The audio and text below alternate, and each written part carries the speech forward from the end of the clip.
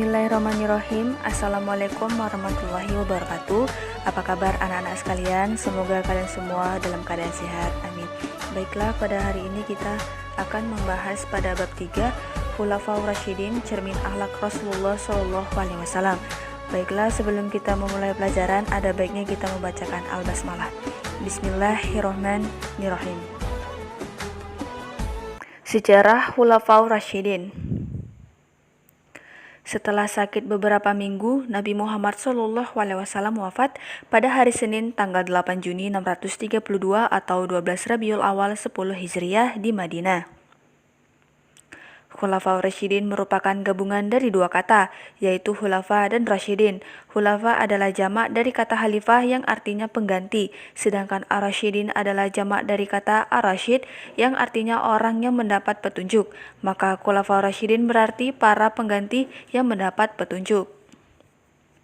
Khulafaur Rasyidin diberikan kepada para sahabat yang terpilih menjadi pengganti Rasulullah SAW setelah wafat dan bukan sebagai nabi dan rasul.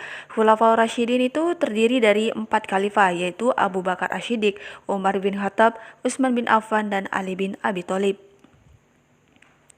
1. Abu Bakar Asy-Syiddiq. Abu Bakar adalah gelar yang diberikan setelah masuk Islam. Nama aslinya Abdullah bin Abdul Khulafah, lahir pada tahun kedua dari tahun gajah atau 2 tahun lebih muda dari Nabi Muhammad SAW.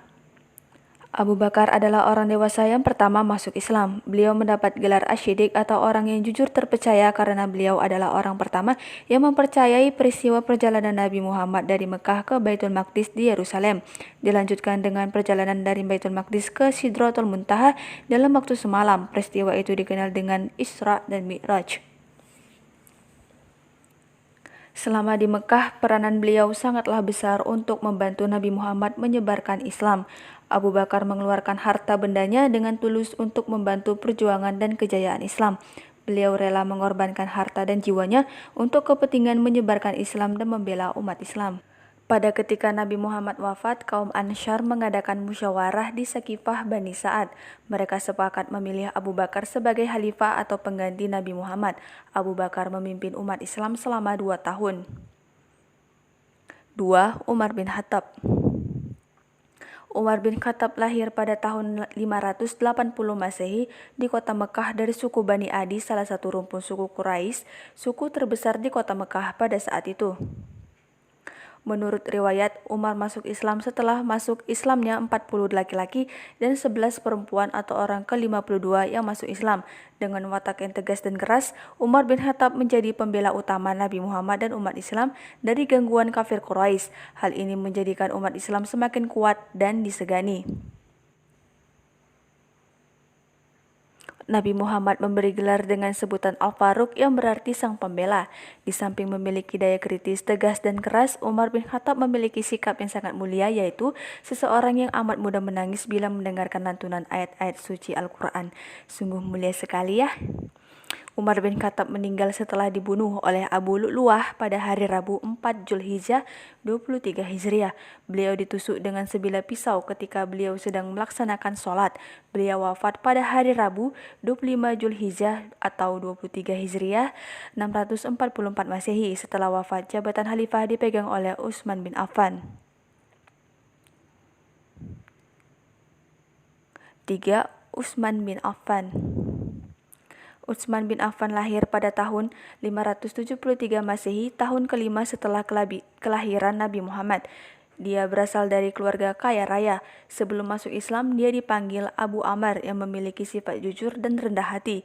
Bahkan sebelum masuk Islam pun, beliau terkenal dengan kejujuran dan kerendahan hatinya. Utsman bin Affan terkenal orang kaya raya yang dermawan.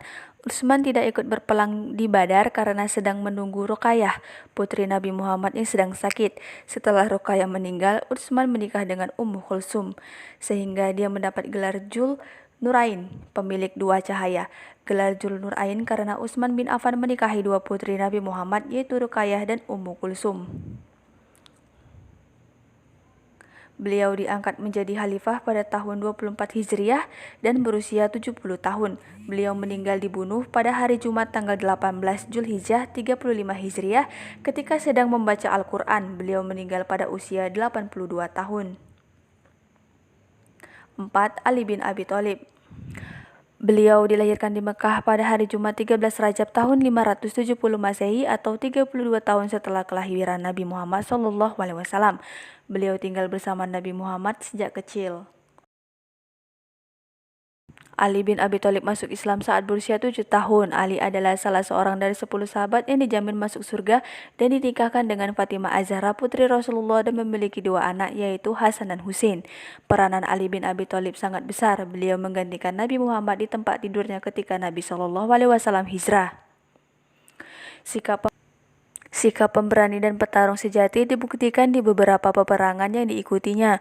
Pada Perang Badar, beliau melakukan duel 1 lawan 1 dengan kafir Quraisy. Begitu juga ketika Perang Uhud, beliau merupakan salah satu petarung yang berhadapan langsung dengan perwakilan kafir Quraisy. Beliau wafat di usia 63 tahun karena pembunuhan oleh Abdurrahman bin Muljam saat mengimami sholat subuh di Masjid Kufah pada tanggal 19 Ramadan.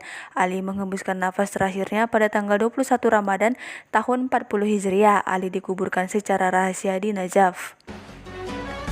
Baiklah, sekian penjelasan Ibu pada hari ini mengenai materi kita. Seperti biasa, Ibu akan memberikan kalian tugas, yaitu merangkum atau meringkas materi Khulafaur Rasyidin yang barusan saya jelaskan tadi ya. Tulis di kertas 1 buku, nama serta mata pelajarannya, lebih cepat lebih baik ya anak-anak. Demikian kita akhiri dengan alhamdulillah. Wabillahi taufiq wal hidayah. Wassalamualaikum warahmatullahi wabarakatuh.